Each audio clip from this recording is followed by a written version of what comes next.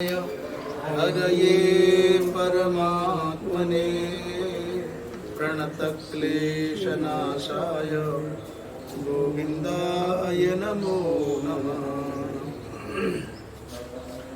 ईश्वरो गुरुरात्मेति मूर्तिभेदविभागिने व्योमवद्व्याप्तदेहाय दक्षिणामूर्तये नमः। शङ्करं शङ्कराचार्यं केशवं बादरायणं सूत्रभाष्यकृतौ वन्दे भगवन्तौ पुनः पुनः। आब्रह्मलोकादाशेषात् आलोकालोकपर्वतात् ये वसन्ति द्विजा देवास्तेभ्यो नित्यं नमाम्यहम्। नमो गोभ्यः श्रीमतीभ्यः सौरभेयीभ्य एव च नमो ब्रह्मसुताभ्यश्च पवित्राभ्यो नमो नमः। श्रीराम जय जय राम।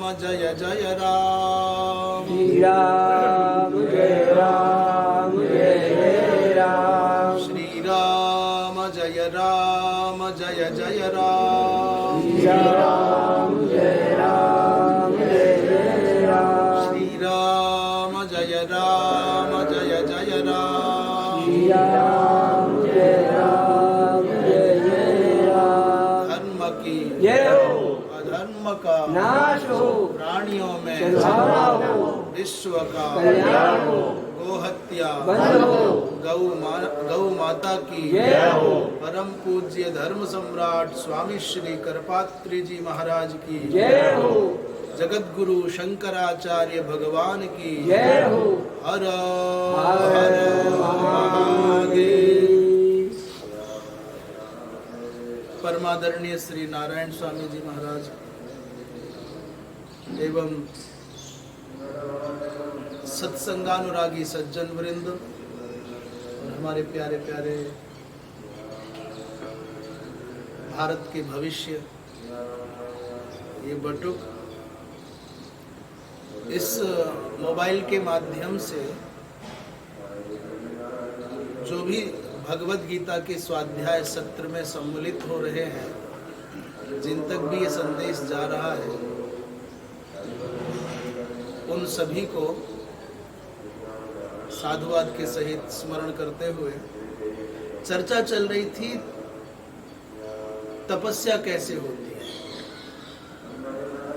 तो तपस्या भी 3 प्रकार की, यज्ञ 3 प्रकार का, भोजन 3 प्रकार का, ये चर्चा चलते चलते बात आई तपस्या भी 3 प्रकार से होती है। और सबसे पहली तपस्या किससे बोले? शरीर से होती है। दूसरे नंबर की तपस्या किससे होती है? वाणी के द्वारा तपस्या होती है। और तीसरे प्रकार की तपस्या महाराज जी मन के द्वारा होती है। तो कल जो पाठ हुआ था उसकी थोड़ी चर्चा कर लें और फिर आगे बढ़ते हैं। तो शरीर की तपस्या क्या है, ये आप लोगों के बहुत काम की बात है। सबसे पहले भगवान सूर्य को प्रणाम करना, धरती माता को प्रणाम करना, ये भी शारीरिक तपस्या में आता है।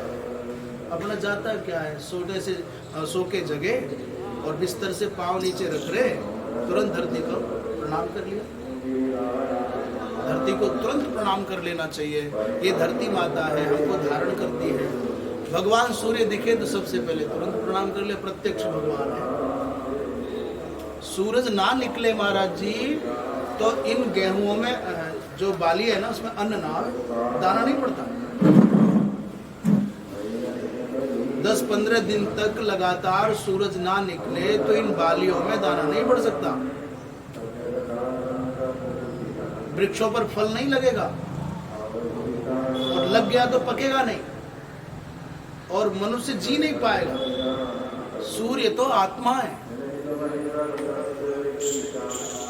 सूर्य है तो संसार है, जीवन। इसलिए किसको पहले धरती माता को प्रणाम करना, गौ माता दिख जाए उसने प्रणाम करना, भगवान सूर्य को प्रणाम करना, घर में माता पिता है। जो ये चाहता है कि मेरे जीवन में खुशियां रहें, सुख और शांति और समृद्धि रहे, वो मंदिर बाद में जा, पहले माता पिता को देवता मान के प्रणाम कर ले। और माता पिता को प्रणाम मात्र करने से भला नहीं होगा, उनकी आज्ञा का पालन ही उनकी पूजा है। अभी आपने सुन करके अगरबत्ती से आरती उतार ली और खूब प्रणाम कर लिया और कह रहे भाई मैंने प्यास लगी है, गिलास पानी दे दे, तो पानी देने को तैयार ना, यूं सेवा ना। केवल आरती उतारने से काम ना चले, उनकी आज्ञा का पालन, आज्ञा सम न सुसाहिब सेवा। महाराज जी रामचरितमानस के बहुत अच्छे पंडित भी हैं और बहुत अच्छे प्रेमी भी हैं। रामचरितमानस के बहुत अच्छे पंडित भी और बहुत अच्छे प्रेमी भी। और जब बोलते हैं रामचरितमानस का पाठ करते हैं तो ऐसा लगता है कोई छोटा सा बच्चा रामायण गा रहा हो, इतना प्यारा स्वर है भी महाराज जी का, और 83 साल के।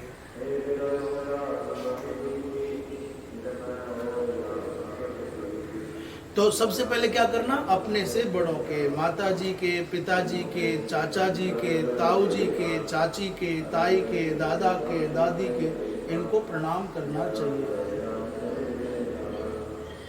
इनके पास में पूरे जीवन की आशीर्वाद की संपत्ति है। बड़े बूढ़ों के पास में प्रणाम करोगे और गए खुश रहो, आनंद करो बेटा, खूब पढ़ो, उनके हृदय से ये जो आशीर्वाद निकलता है ये हमारी उन्नति में सहयोग बढ़ जाता है। इसलिए शरीर की तपस्या में सबसे पहला क्या, देवताओं की पूजा के साथ संतों को, ब्राह्मणों को, गुरुजनों को, प्राज्ञों को सम्मान दो। पवित्रता से रहो, सरलता से रहो, कपट मत करो किसी के भी साथ। उसने धोखा दे दिया तो दे देना दो, अपने धोखा ना दे। हमारे महाराज जी कहा करते थे, परम पूज्य सदगुरुदेव भगवान, कि धोखा देना पाप है, धोखा खाना पाप ना। भाई हमको कोई धोखा दे गया तो क्या दे गया, थोड़ा सा कोई पैसा घट गया होगा, कुछ और गड़बड़ हो जाएगी, वो यही खत्म हो गया। परंतु हमने किसी को धोखा दिया तो वो ब्याज के सहित अगले जन्म तक चुकाना पड़ेगा। धोखा देना पाप नहीं, धोखा खाना पाप नहीं है। और धोखा कोई विश्वास भी तो देता है। धोखा खाने में कोई पाप नहीं है, धोखा देने में पाप है, इसलिए बचना चाहिए। और जब ब्रह्मचर्य का पालन करे, अहिंसा का पालन करे, शारीरिक तपस्या है। कल ये बात चल रही थी। और जो वाणी का तप है वो क्या है, तो वाणी के तप में एक बात बताई थी, कल एक ही चर्चा चल रही थी, अनुद्वेग करम वाक्यम। ऐसा बोलो, सामने आ जाओ थोड़ा, ऐसा बोलो कि सुनने वाले के हृदय में इससे पीड़ा ना हो। गैप करके बैठो थोड़ा, कम से कम एक 2 गज सरकार कह रही है, तो उसके हिसाब से तुम देख लो जितना गज कर सको। तो ऐसा बोलो कि सुनने वाले के हृदय में प्रेम का संचार हो जाए, कड़वा ना हो। और जो व्यक्ति इस नियम का पालन कर लेगा, मुझे पूरा विश्वास है महाराज जी, घर में कलह नहीं हो सकता, जहां रहेगा वहां कलह ना हो। और इसलिए उदाहरण दिया कोयल का और कौवा का। कौवा और कोयल का देखिए, कौवा कैसा होता है, कोयल कैसी होती है, कैसे होते हैं दोनों। आप इधर आ जाओ, आगे ये भैया भविष्य है अपना, हमारी मानवता का भविष्य है, और हमारे भारत का भविष्य है। छोटे छोटे बच्चों को अच्छे संस्कार मिले, बहुत जरूरी है। कोयल कैसी होती है देखने में, गोरी की काली, और कौवा दोनों काले होते हैं। अच्छा कौन सा लगे दोनों में, क्यों अच्छी लगे, मीठा बोल दे लो। दूसरी कोयल, महाराज जी आ गए, कहाँ देख रहे ये बोले। इसलिए चर्चा कर रहे थे कि कौवा काम का है, कौवा काम का है, और इतने काम का है कि श्राद्ध में कोयल आवे ना आवे कौन पूछता, कौवा खाना चाहिए, कौवा आना चाहिए। कौवा उपयोगी है, पर फिर भी लोग कौवा को प्रेम नहीं करते, कोयल को प्रेम करते। क्यों? मीठा बोलने की वजह से। अच्छा बोलो, सच्चा बोलो, कम बोलो, जितना बोलो मीठा बोलो। तो अनुद्वेग करम वाक्यम, उद्वेग कहते हैं किसी के चित्त में भय हो, दुख हो जाए, ऐसा हम ना बोले। किसी के मन में खिन्नता और चिंता उत्पन्न हो जाए, ऐसा हम ना बोले। और दूसरी बात कह रहे हैं, सच बोलना चाहिए। जैसे सच बोलना चाहिए, वैसे सच सुनने की हिम्मत भी होनी चाहिए। कई बार ये हो गए कि दूसरे कोई बात हो तो सब मैं सच बोलूं, थोड़ा कड़वा बोलूं, ये तो अच्छा लगे, पर जब कोई दूसरा आदमी हमारे बाबले में सच बोले तो बुरा लगे। ये नहीं होना चाहिए। दूसरी वाणी की तपस्या है, पहली है कि ऐसा बोलो जिससे सुनने वाले के चित्त में व्यथा न हो। दूसरा बोले सच बोलो। सच किसे कहते हैं? सच कहते हैं जैसा देखा, जैसा सुना, जैसा अनुभव किया, उसको वैसा ही बोल दिया गया, वो सच है। सच की कोई परिभाषा कर सके?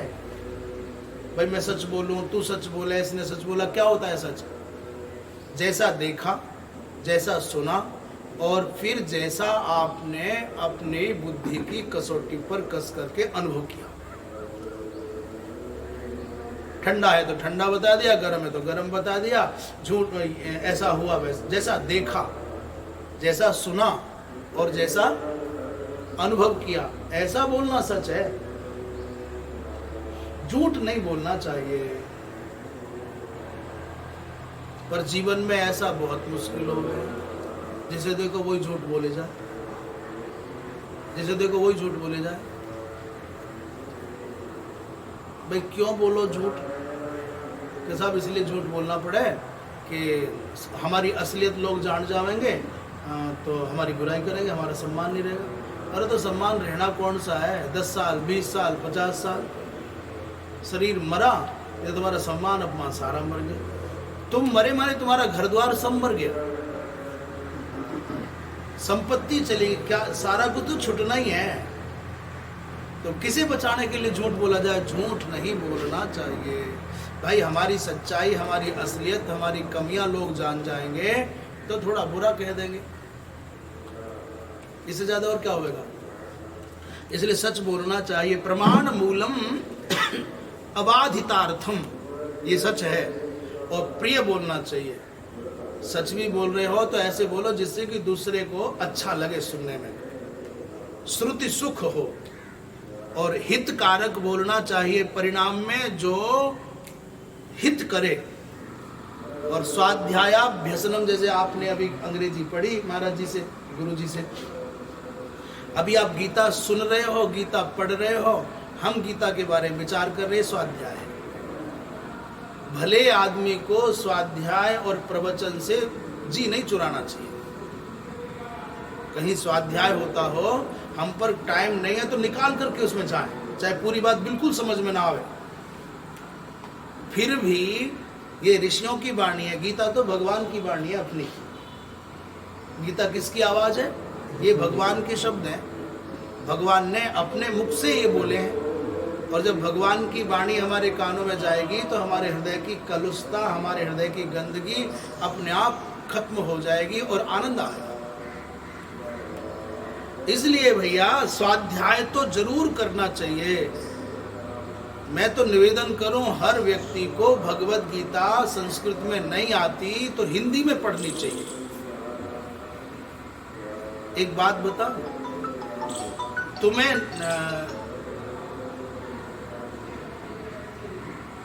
किसी मुसलमान से पूछ लेना, तने कुरान के बारे में कुछ पढ़ना, बोला हाँ भाई, उनकी भाषा ना है कुरान में जो लिखी है, वो हमारे तुम्हारे जैसी भाषा बोलते हैं, दिनचर्या निभाते हैं। पर कुरान को पढ़ना आता है कि नहीं आता है, तो मुझे विश्वास है कि 100 नहीं तो 99% मुसलमान कहेगा हाँ मुझे पढ़नी आती है। मैं गलत तो नहीं कह रहा। धोखे से 1-8% मुसलमान रह जाएगा जिसको कुरान की भाषा पढ़नी नहीं आएगी।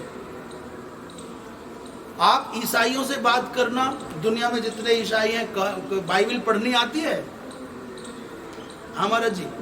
तो 99 नहीं 100 के 100% ईसाई कहेंगे हाँ हमको, बोलो क्या कहेंगे, बाइबल पढ़नी आती है।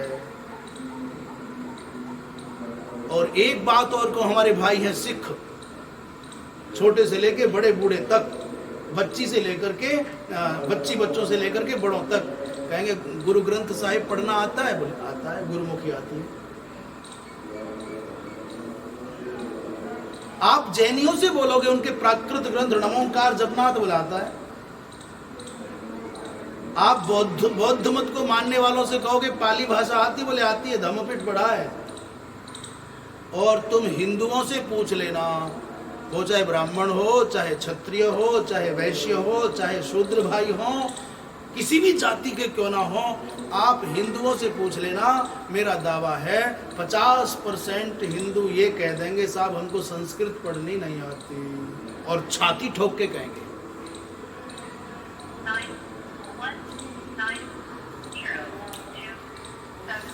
बोलिए वृंदावन बिहारी लाल की। मैं गलत तो नहीं कह रहा, और 50 तो मैंने कम बताए।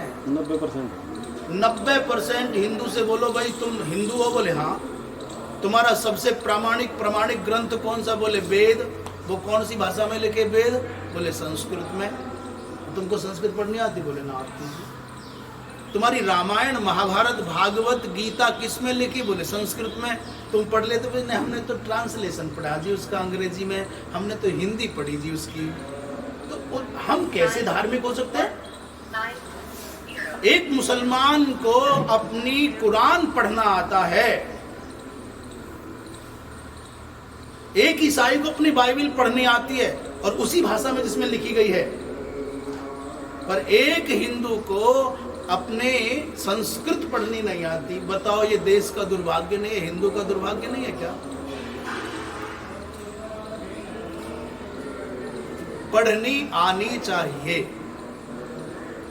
अब मैं निवेदन करूं कि भाई नहीं आती हो तो हिंदी में पढ़ना। गीता प्रेस से बहुत सुंदर हिंदी अनुवाद है, प्रामाणिक जो हमारी ऋषि परंपरा का अर्थ है वही गीता प्रेस के माध्यम से अर्थ लगभग निकल के आता है। जरूर गीता पढ़नी चाहिए। पहले संस्कृत में पढ़नी चाहिए, और थोड़ी कमजोरी लग रही है तो जैसे कोई संत मिल जाए, कोई आचार्य मिल जाए, कोई विद्वान मिल जाए, उनसे पढ़ लो भाई। जीवन भर ऐसी संपत्ति होगी, दुनिया में कोई चुरा नहीं सकता इस ज्ञान को, इस संपत्ति को। ये मणि है और ये तब काम आएगी। गीता भागवत महाभारत तब काम आएगी जब दुनिया सब तुम्हारा साथ छोड़ जाएगी। हमारे एक भाई हैं सेठ जी के लड़के बड़े वाले, उनका क्या नाम, बिंटू भैया, अब स्वास्थ्य राम कुमार नाम है। बहुत कोरोना के चक्कर में बहुत अस्वस्थ हो गए, परंतु बहुत डाउन चला गया उनका ऑक्सीजन लेवल, परंतु धार्मिक भावों से जुड़े थे, आध्यात्मिक भावों से जुड़े थे। तो कोरोना की ये मानो मौत की छाती पर पांव रख करके निकल करके आए, और इतनी दिव्य साधना करते हैं वो कि मुझे बताते हैं बिस्तर पर लेटे 2-3 घंटे हो जाते हैं उनको पूजा करते करते। लेटे हैं आंख बंद करके या बैठे हैं ध्यान कर रहे हैं, और ध्यान में ही वो आज बता रहे मैंने भगवान शंकर का अभिषेक किया ब्राह्मणों के साथ। तो क्या करना है, कैसे करना है? बोले हॉस्पिटल में मैंने 11 ब्राह्मणों को निमंत्रण दे दिया, भाव में आंख बंद है, और सब ब्राह्मण बढ़िया चंदन भस्म लगा करके सुंदर वस्त्र पहन करके आ गए। बड़े दिव्य पदार्थ उनसे भगवान का भोग लगा रहे हैं। पूरा का पूरा पूजन हुआ है, और ये यजमान बने, और पूरा पूजन होने के बाद, पूरा अभिषेक होने के बाद सबको प्रसाद, तो इन्होंने भगवान से कहा प्रभु मुझे प्रसाद कब मिलेगा, आप भी भोग लगा लो। तो भाव जगत में भगवान भोग लगा रहे, और ये इनको भी प्रसाद भगवान ने दिया। एक आदमी आंख बंद करके सोच रहा है किसी का बुरा हो जाए, किसी का विनाश हो जाए, और एक आदमी आंख बंद करके भगवान से जुड़ा हुआ है। बोलो आनंद हुआ कि नहीं?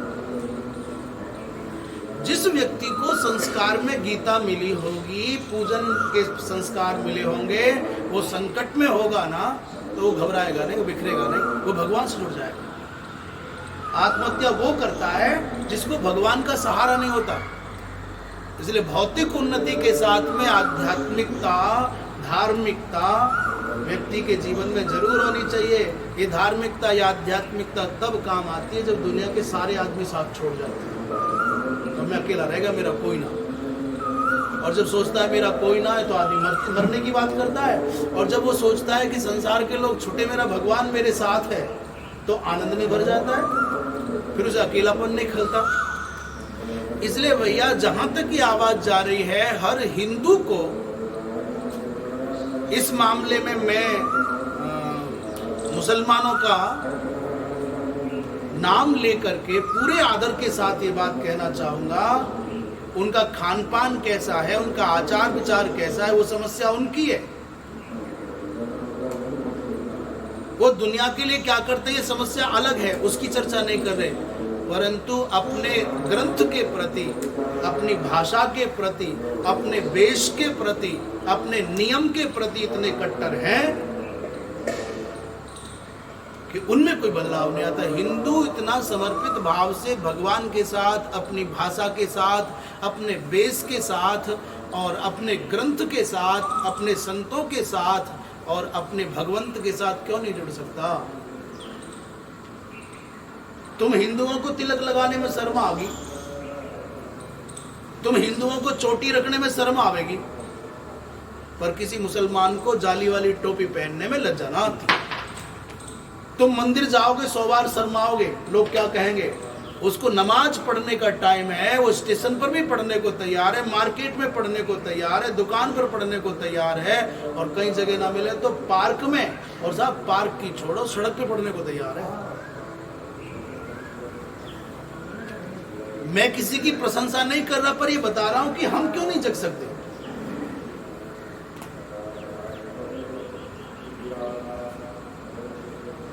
स्वाध्याय से जुड़ा हुआ व्यक्ति कभी जीवन में आत्महत्या नहीं कर सकता। उतार चढ़ाव तो सबके जीवन में आते हैं, सुख दुख तो सबके जीवन में आते हैं, पर जो ग्रंथों से जुड़ा है, स्वाध्याय से जुड़ा है, वो जीवन में कभी भी सुसाइड नहीं कर सकता। भगवान से जुड़ गए तो संकट में सोचेगा, अरे मेरे जीवन में कौन सा दुख आया, राम के जीवन में तो इससे ही बड़ा दुख आया। बोला राम के जीवन में दुख कम आया है। किसी की धर्मपत्नी, किसी की वाइफ, किसी की पत्नी को कोई चुरा ले जाए, उठा ले जाए, तो जीने लायक बात बची क्या? पांडवों के जीवन में इतना कष्ट आया कि उनकी संपत्ति छीन ली, घर लुट गया, राज्य लुट गया, और नंगे होकर के वन में भटकना पड़ा, और पत्नी को अपमानित होना पड़ा, कपड़े उतार लिए उसके। अब सोचो, तो जो ग्रंथों से जुड़ा सोचता है, अरे पांडवों के जीवन में दुख आया, फिर भी उन्होंने मरने की बात ना करी, मैं क्यों मरूं? उनका दुख भी 12 साल 13 साल के बाद में टल गया, मेरा भी टल जाएगा थोड़ा देर सवेर।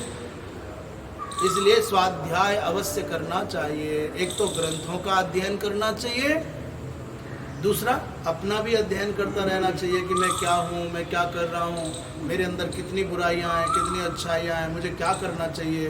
बोली वृंदावन बिहारी लाल की जय। मेरा तो मानस ये है भाई, लोग समझ जाए तो कम से भी कम एक एक बालक को, बालिका को कम से भी कम 24 घंटे में 1-1 घंटे तो रामायण पढ़ने आना चाहिए। दिन दिन में तो ये जो गांव के लोग हैं ना, ये रामायण पढ़े, रात रात में ये पढ़े। ये संस्कार, ये संस्कृति विकसित करो, चाहे सुग से आवे, चाहे अमादलपुर से आवे, चाहे और दूसरे गांव से आवे, उनको इतना रस आ जाए, इतना प्रेम आ जाए, दिन में होड़ लग जाए कि मैं पढ़ूं, और घंटा भर के आधा घंटे की लड़ाई हो गई।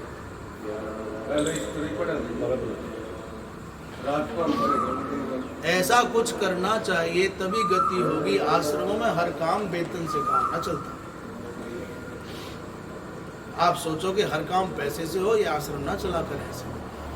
वो तो बड़ी बात है, महाराज जी का संकल्प, उनकी तपस्या कि महाराज इन सब के भाग्य से इतना आ रहा है, नहीं आश्रमों पे कहाँ है। तुम तो बहुत भाग्यशाली हो कि यहाँ तुम्हारे ठीक है। इसलिए समझना होगा, स्वाध्यायाभ्यसनम, हमेशा ग्रंथों से जुड़ा रहना चाहिए। मनुष्य धोखा दे जाएगा, पुस्तक धोखा ना देती।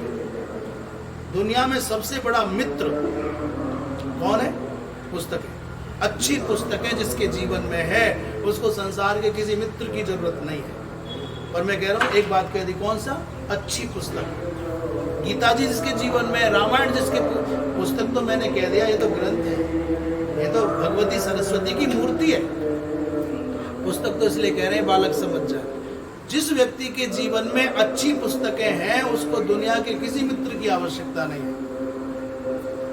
अच्छी पुस्तकें उन अच्छे मित्रों के जैसी हैं जो संकट में तुम्हारे साथ खड़े होते हैं। और आज ऐसा मित्र मिलना दुर्लभ है जो संकट में खड़ा हो जाए। दावत खाने तो आ जाएगा, दुख में कोई साथ ना, सलाह देने तो बहुत आवे पर सहारा देने कोई ना आता।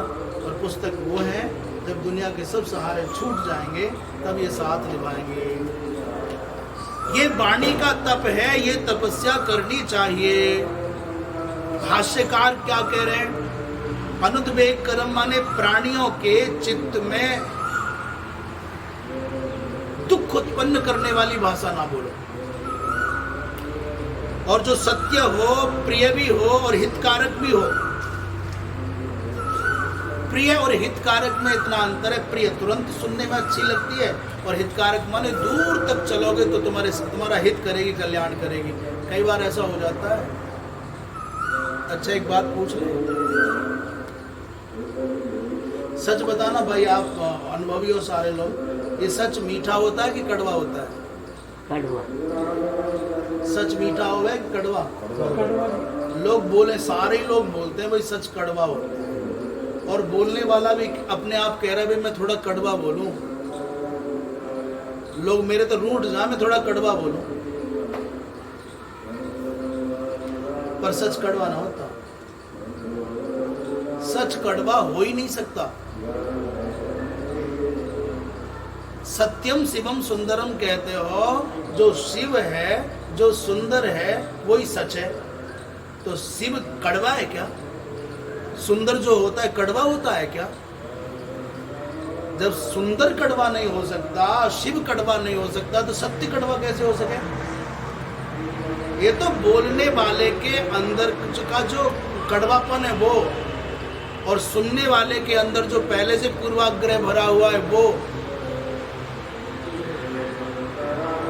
गजब की बात ऐसे हो जाती है। हमारे एक बहुत अत्यंत प्रिय हैं, बड़े विद्वान हैं, हमारा संवाद उनसे हो रहा था मोबाइल के माध्यम से। तो मैंने एक शब्द का प्रयोग किया कि जिन परिस्थितियों में आपके अंदर ये प्रतिभा विकसित हुई, मेरा ये वाक्य था, उन परिस्थितियों को मैं जानता हूं। जिन विपरीत परिस्थितियों में, प्रतिकूलताओं में आपके अंदर ये प्रतिभा विकसित हुई, तो उनको लगा विकसित नहीं विक्षिप्त बोला है उन्होंने। बात आई गई हो गई, मैं मेरी मस्ती में आनंद में सच बोल रहा था और उन्होंने अपने हिसाब से सुन लिया और उसका अर्थ लगाते लगाते कहते मैं दुर्गा पाठ कर रहा था, दुर्गा सप्तशती का। उस समय मेरे ध्यान में ये बात कौन थी, महाराज जी ने प्रतिकूल परिस्थिति में विक्षिप्त होने की बात कही थी। वो इसका मतलब वो हो गया। उन्होंने अपना एक अलग से सब पूरा का पूरा भाव बन जाता है ना। तो उन्होंने कहा भाई आपने ऐसा कैसे कहा, क्या बात थी? तो मैंने कहा भाई मैंने विक्षिप्त नहीं विकसित कहा था। तो बहुत हंसे। उन्होंने कहा लो मैंने ये अर्थ लगा लिया था। अर्थात मैं ये बात इसलिए कह रहा हूँ, उन भैया को उनका नाम इसलिए नहीं ले रहे कि ये बातें कोई सार्वजनिक की नहीं होती है। कहने का आशय है, कई बार बोल कोई किसी और सेंस में रहा है, हम सुनने वाले किसी और सेंस में समझ लेते हैं और हम वही सुनते हैं जो हम सुनना चाहते हैं। फिर बहुत हंसे हम लोग, बहुत ना। तो क्या होता है कि सच कड़वा नहीं होता, बोलने वाले का अंदाज में, बोलने वाले के अंदाज में कड़वाहट है, उसे बोलने वाले के ढंग में कड़वाहट है, और सुनने वाले का जो पहले से पूर्वाग्रह धारणा है उसमें कड़वाहट है। और इसने यहाँ से बोला, उसके कान तक पहुंचा और बीच में जो समाज में कड़वाहट घुली है, इसके कारण वो कड़वा जैसा हो जाता है। नहीं, सत्य तो मीठा था, सत्य तो मीठा है और सत्य मीठा ही रहेगा। सत्य तो सबका हित करने वाला है, कल्याण। सत्य नाम भगवान का है। सत्य नाम किसका है? कैसे पता तुम्हें सत्य नाम भगवान का है? मैं बताऊं, सत्यनारायण कथा होती कभी? किसकी कथा है वो?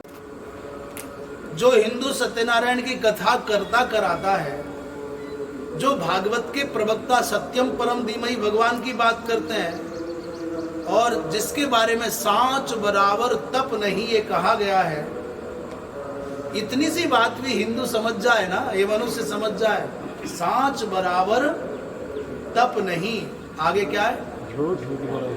झूठ बराबर पाप, और जाके हृदय सांच है ताके हृदय। अब इससे ज्यादा और क्या जानने की जरूरत है? जिसके हृदय में सत्य है उसके हृदय में परमात्मा है। सत्य के बराबर कोई पुण्य नहीं है, कोई यज्ञ नहीं है, कोई दान नहीं है, कोई तपस्या नहीं है, और झूठ के बराबर कोई पाप नहीं है।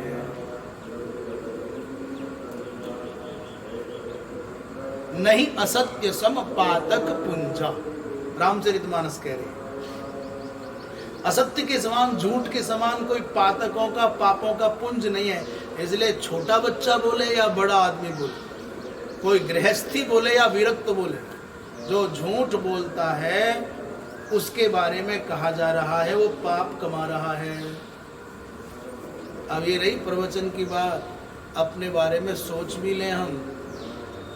क्या दिन भर में रात को सोते समय अपने आप से पूछ लें, हमने क्या क्या गलत गलत बोला, क्या क्या गलत गलत किया, किस किस का दिल दुखाया, और सोते समय रात को ये चिंतन करके सोओगे और क्षमा याचना करके सोओगे, पश्चाताप की भावना से सोओगे, तो रात्रि को भगवत कृपा से प्रातः जब जगोगे आप, तो आपको लगेगा मैंने कल गलत किया था, आज करने से बचो। धीरे धीरे अभ्यास करोगे तो एक दिन बचने लग जाओगे। इसलिए भैया ऐसे शब्दों का प्रयोग नहीं करना जिससे कि दूसरे को दुख पहुंचे। अनुद्वेग करत्वादि भी धर्मई वाक्यम विशेष्यते, विशेषण धर्म समुच्चयार्थ च शब्द। इसमें जो लिखा है अनुद्वेग करम एक बात, और सत्यम माने दो बात, प्रिय माने तीन बात, हितम माने चौथी बात। कह रहे ये जो चा है, ये चा का मतलब है चारों की चारों बातें हमारे बोलने में घटनी चाहिए। जब भी हम बोलें तो उनमें चार प्रकार की विशेषताएं बोलने में होनी चाहिए। प्रभु जी एक बात कहूं, यहां से कह करके और पहले सारी मिठास प्रभु जी में घोल दी, बाकी तो कड़वाहट बचेगी फिर।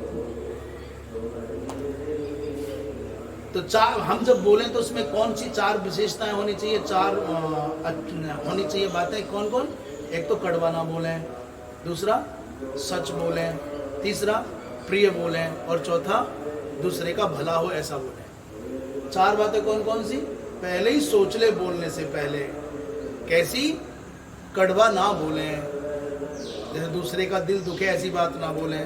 तीसरी बोले सच भी बोलें, और तीसरी क्या है बोले प्रिय भी बोले, और चौथी क्या है बोले उसका भला हो ये बात भी बोले। इसलिए किसी को बीड़ी पीते देख लिया, किसी बच्चे को, या हम जितनी हमारी सीमा है उसी के अंदर बोल रहे हैं, तुम तो ज़्यादा कुछ भी देख सको। किसी को तम्बाकू खाते देख लिया, गुटखा खाते देख लिया, तो भीड़ में तमाशा ना बनाओ उसका।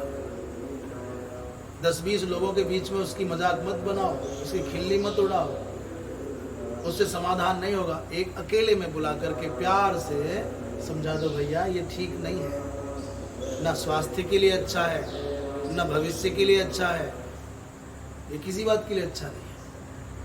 अकेले में बुला करके सारी बात कर लो। किसी में कोई कमी भी है, उससे उसका हृदय भी तैयार होगा अच्छा करने के लिए, और तुम्हारा उद्देश्य भी पूरा हो जाएगा। अब तुमने क्या किया, भीड़ के अंदर बुलाया, अच्छा, तो उससे उसका दिल भी दुखेगा, अपमान भी होगा, और वो छोड़ेगा भी ना। इसलिए ऐसा सावधान रहना चाहिए। तो चारों विशेषताएं हों, इन चारों विशेषताओं से जो संबद्ध है, ऐसी बात जो बोल रहा है वो वाणी की तपस्या कर रहा है। पर प्रत्ययायनार्थम प्रयुक्तस्य वाक्यस्य सत्य, प्रिय, हित, अनुद्वेग करत्वानाम, कह रहे ये जो चारों विशेषताएं बताई, सच बोलना, प्रिय बोलना, हितकारक बोलना और अनुद्विग्न करने वाली वाणी बोलना, इनमें 2 गुण हो, 3 गुण हो अथवा द्वाभ्याम त्रिविवाहीनता स्यात्, यदि तो न तत्, यदि आपने कहा कि साहब मैं सच तो बोलता हूं पर मेरे से कड़वाहट ना जाती, आप वाणी की तपस्या नहीं कर रहे। साहब मैं हितकारक तो बोलता हूं परंतु सच नहीं बोलता, तो वाणी की तपस्या नहीं होगी। ऐसा नहीं कि आप एक बात उसमें से घटा दो ना, चारों बातें घटनी चाहिए बोलने में। चारों बातें कौन कौन सी? किसी के चित्त में उद्वेग ना हो ऐसा बोलो। दूसरी क्या? सच बोलो, हमारे बोलने में सच्चाई भी होनी चाहिए। तीसरी क्या? प्रेम के साथ बोलो, प्रिय भाव से बोलो। और चौथी क्या?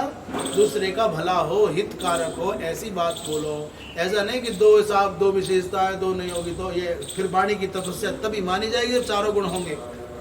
यथा सत्य वाक्यस्य इतरेषाम अन्यतमेन द्वाभ्याम त्रिविवाहीनतायां न वाङ्मयस्तपस्तप्तम तपस्तवम तथा प्रिय वाक्यस्य अपि, ऐसे जैसे आपने सच बोला पर और दूसरे गुण नहीं है उसमें। सच तो बोला आपने पर प्रिय भाव नहीं है, हितकारक भाव नहीं है, तो भी वो तपस्या नहीं होगी। ऐसे ही कह रहे हैं, आपने प्रिय वाक्य तो बोला, प्रेम से तो बोले पर सच ना बोल पाए तो भी वो तपस्या नहीं मानी जाएगी। ऐसे ही कहते हैं कि आपने ऐसा तो बोला कि दूसरे का चित्त उद्विग्न ना हो, परंतु सत्य, प्रेम और हितकारक नहीं था।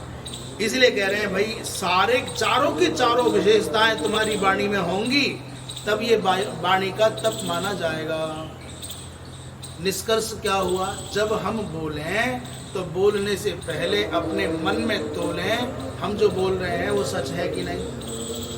सच है तो इसमें कड़वाहट तो नहीं आ रही, प्रिय भाव है कि नहीं, दूसरे का भला होगा कि नहीं, और चौथा माने दूसरा इससे भय और शंका से और आक्रोश से और चिंता से तो नहीं भर जाएगा।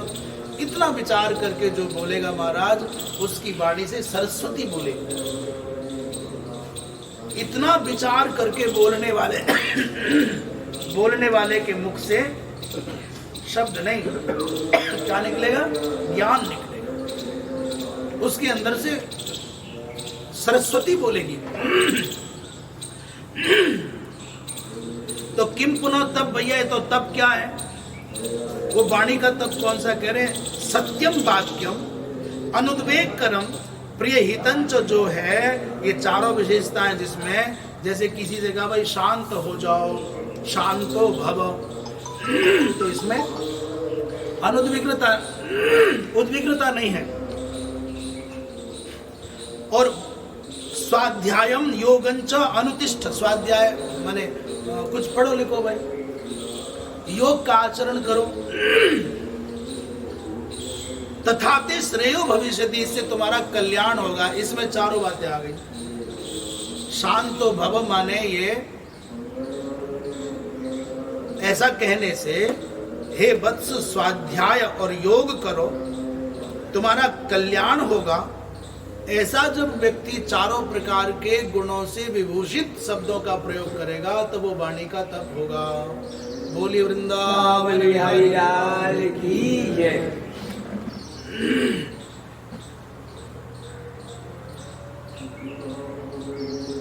अब हल्के में साधारण शब्दों में कहें, वाणी की तपस्या क्या है? शरीर की तपस्या है देवताओं की पूजा करना, गौ सेवा करना, अपने बड़ों का सम्मान करना, ये शरीर की तपस्या है। वाणी की तपस्या है हम जो बोले इतना समझ के बोले कि दूसरे का दिल ना दुखेगा, दूसरे का भला होगा, और ये सच भी है, और प्रेम भाव से बोले और स्वाध्याय करें। अब आगे भगवान कहते हैं, हे पार्थ, मन के द्वारा तपस्या कैसे होती है उसको बता रहे हैं। मन प्रसाद सौम्यत्वम मौनमात्म विनिग्रह भाव संशुद्धिरित्येतत् तपोमानसमुच्यते। ये गीता जी का 17वें अध्याय का 16वां श्लोक है। मन प्रसादः सौम्यत्वं मौनमात्म विनिग्रहः भाव संशुद्धिरित्येतत् तपोमानसमुच्यते। भगवान कृष्ण कह रहे हैं, हे अर्जुन, शरीर की तपस्या बता दी, वाणी की तपस्या बता दी, अब मन की तपस्या बताते हैं। मन से कैसे तपस्या होती है? बोले भैया, सबसे पहले जो व्यक्ति अपने मन को प्रसन्न रखता है, जिस व्यक्ति का मन खिन्न है, उसके चेहरे पर प्रसन्नता नहीं रह सकती।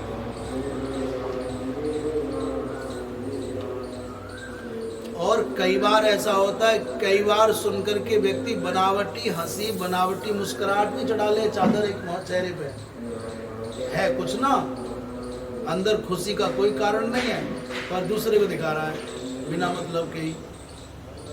तो उसके लिए किसी ने कहा,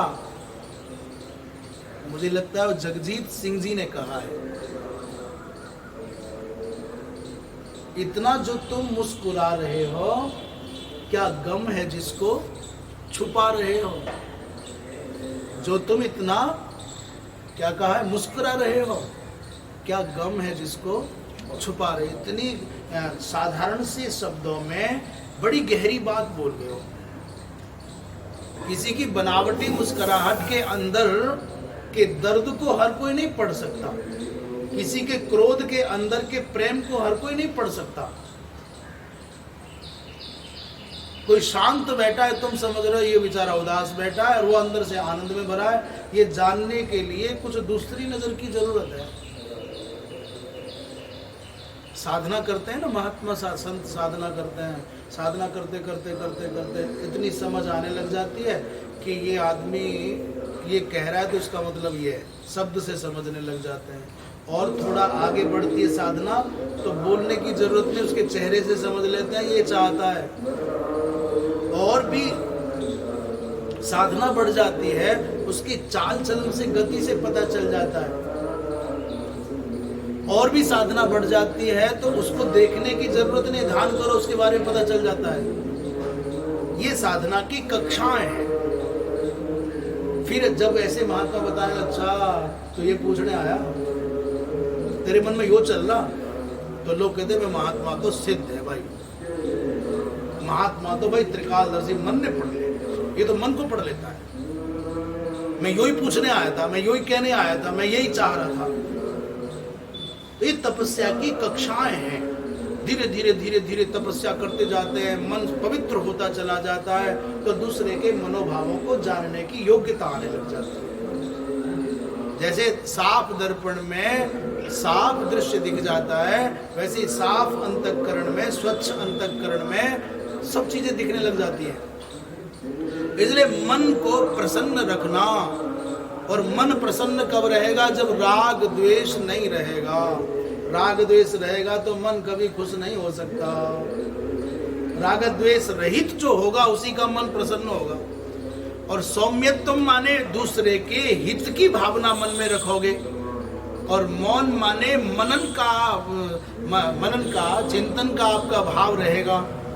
और आत्म विनिग्रह माने आप अपने आप को, अपने मन को नियंत्रण में करना सीख जाओगे। विषयों से अपने मन को हटाने की कला सीख जाओगे। तो श्रवण, मनन और निधिध्यासन, माने यहाँ मनन की और निधिध्यासन की बात कर रहे हैं। और भाव संशुद्धि, हृदय में दूसरों के साथ जब आप व्यवहार करो तो उसमें कुटिलता ना हो, कपट नहीं, माया नहीं होनी चाहिए। इस प्रकार जो व्यक्ति करता है ये मानसिक तपस्या कहलाती है। मानसिक तपस्या में क्या क्या आ गया? सदा मन प्रसन्न बना रहे, हार हो या जीत, लाभ हो या हानि, जय हो अथवा पराजय, पर मन हमेशा एक रंग, एक रस, आनंद में डूबा रहे। भाई दुनिया में हम आए हैं तो कोई गाली देगा और कोई ताली बजाएगा। दुनिया में एक भी ऐसा नहीं मिलना जिसको केवल गाली गाली मिले या किसी को केवल ताली ताली मिले। अंतर इतना है, किसी को गाली देने वाले ज्यादा होते हैं और किसी के लिए ताली बजाने वाले ज्यादा होते हैं। एक भी दुनिया में ऐसा इंसान नहीं मिलेगा जिसको एक तरफा सारे लोग मिल जाए। तुम तुम्हारे गांव में ही देख लो, घर में ही देख लो, देश में ही देख लो,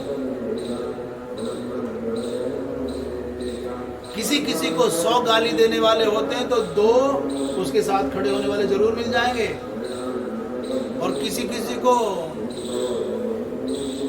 200 ताली बजाने वाले हैं तो बहुत अच्छा भी होगा, बहुत सज्जन भी होगा, तो भी 2 तो फिर भी मिल जाए गाली देने वाले। इस धरती पर तुम कहीं भी घुमाओ, भगवान राम की बात भी करोगे तो आज भी लेना देना कुछ नहीं, राम को गाली देने वाले मिल जाएंगे। भगवान कृष्ण से लेना देना कुछ नहीं, फिर भी गाली देने वाले मिल जाएंगे।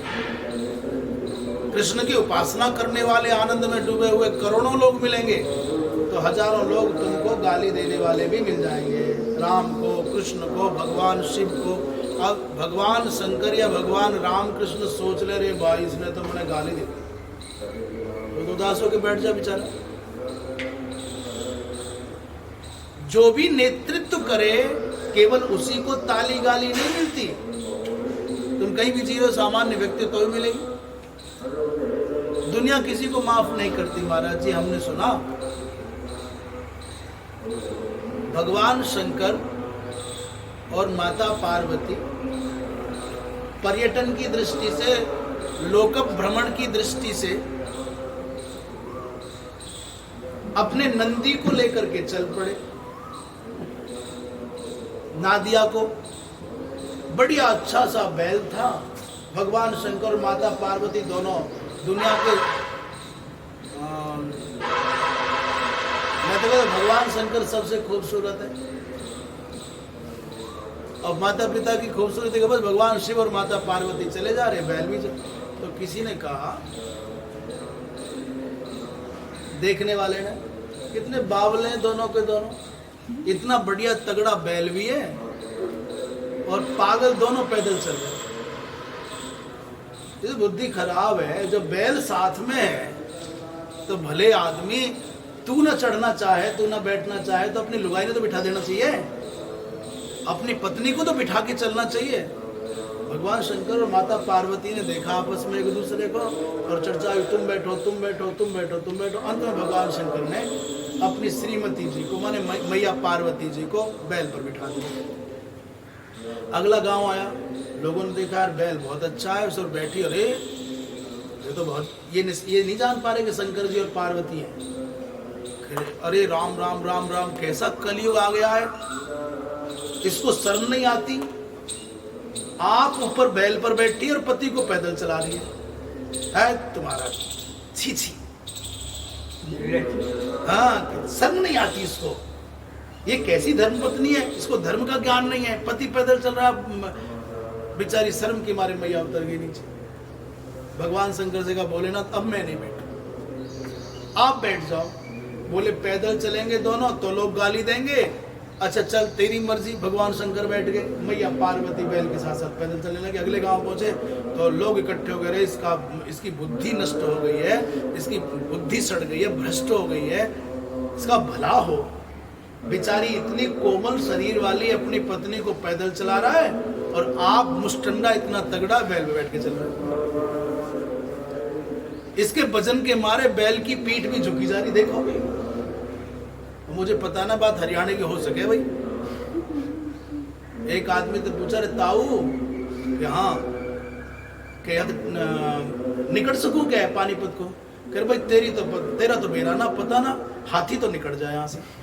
बोले हाथी तो निकल जाते, तेरा पता ना तो निकल पावे ना निकल पावे। तो हो सके भाई हरियाणा का ही मामला हो। तो बेचारे शंकर जी महाराज उनकी बातें सुनकर के पानी पानी हो गए। मैया पार्वती को देखा, देवी तेरे चक्कर में देख कैसी गाली मिल गई। अंत में क्या हुआ, शंकर जी भी उतर गए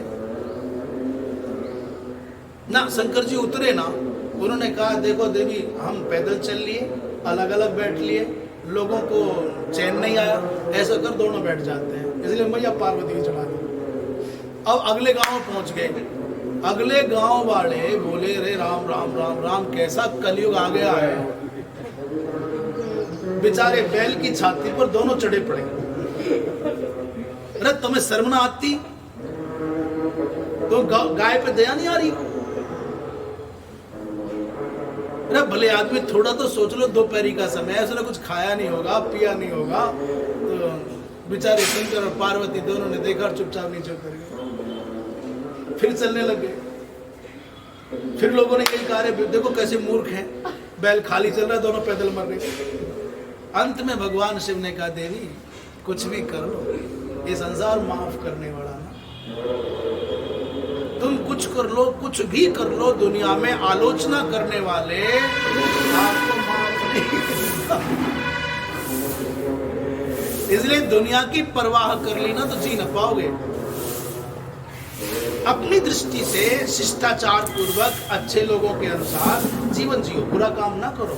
इसका मतलब ये ना है कि शराब पियो तो पिए जाओ, दुनिया क्या कर लेगी, ये निर्लज्जता ना, ये बेशर्मी ना करनी कि दुनिया मेरा क्या बिगाड़ लेगी, मेरी मर्जी, मेरी जिंदगी, मेरी लाइफ, मैंने ये ना चलता। जो करो अनुशासन में करो, संयम में करो, शिष्ट जनों की मर्यादा के अनुसार करो। परंतु भैया जी दुनिया माफ नहीं करे, कुछ ही करो। मन की प्रसन्नता हो, दूसरों के प्रति हित का भाव हो, वाणी का संयम हो और मन का भी संयम हो।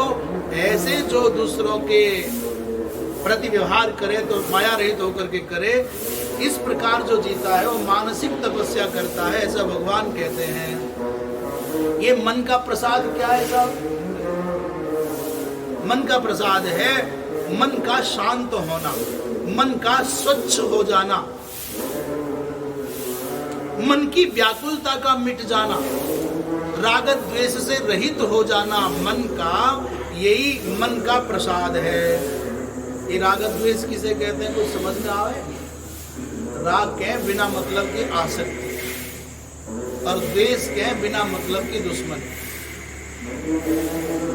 राग का मतलब बिना मतलब का प्रेम, एक तो होता है मतलब का प्रेम, तो बिना मतलब का प्रेम करे जरा, मर ही जा रहा है, वहां से लात पड़ रही है, गाली खा रहा है, फिर भी चुप के जा रहा है। और बिना मतलब का द्वेष होता है, उसने कुछ गाली नहीं दी, तुम्हारा बिगाड़ा नहीं, फिर भी उसको देख के तुम्हारी आंखें जल उठती हैं, फड़क उठते हैं तुम्हारे होठ, वो दिखाना और तुमने गाली देनी शुरू की, ये बिना मतलब का द्वेष। मन में ठान लिया कि ये मेरा प्रेमी है और ये मेरा दुश्मन है, कुछ सोचा ना, विचार ना किया, बिना विचार किए किसी से प्रेम कर उठना, बिना विचार किए किसी से दुश्मनी मान बैठना, ये राग द्वेष है। और जो साहब राग द्वेष से पीड़ित है वो अंधा है। राग माने सफेद मोतियाबिंद है और द्वेष माने काला मोतियाबिंद है। राग हो जाने पर तुमको जिससे राग है उसमें दोष न दिखाई देता, और द्वेष हो जाने पर जिससे तुम्हें द्वेष है उसमें गुण ना दिखता, अच्छा ही ना दिखे। और विवेकी व्यक्ति जो अच्छा है वो तो सच को सच ही देखेगा, गलत है तो गलत कह देगा, अच्छा है तो अच्छा कह देगा। पर राग द्वेष का मोतियाबिंद हो जाएगा तो अच्छे को गलत बतावेगा, गलत को अच्छा बतावेगा। सौम्यता का मतलब है कि मन में सौमनस्य का भाव हो, दूसरों की हित बुद्धि हो। मुखादि प्रसाद कार्या अंतःकरणस्य वृत्ति, मौनम वाक् संयम, मौन का मतलब वाणी का संयम और मन का संयम भी मान लेना चाहिए। ये जो वाणी का संयम है, ये वाणी का संयम कार्य है और मन का संयम कारण है, दोनों की चर्चा कर रहे हैं। आत्म विनिग्रह माने मन को नियंत्रण में रखना। भाव संशुद्धि का मतलब है कि आपके अंतःकरण में कुटिलता ना रहे। अभी बोल कुछ और रहे हैं और मन में कुछ और चल रहा है, इसे कहते हैं कुटिलता, इसे कहते हैं कपट। मन में तो कुछ और है और ऊपर से कुछ और बोल रहे हैं और कर कुछ और रहे हैं, ऐसा नहीं होना चाहिए। इन दो श्लोकों के माध्यम से आज के प्रवचन पर विराम देते हैं, आज के विचार पर विराम देते हैं। हम सब लोग शारीरिक तपस्या करें गीता जी के अनुसार जान करके, वाणी की तपस्या करें और मन की भी तपस्या संपन्न करें। शेष चर्चा कल होगी। बोली वृंदावन बिहारी लाल की जय।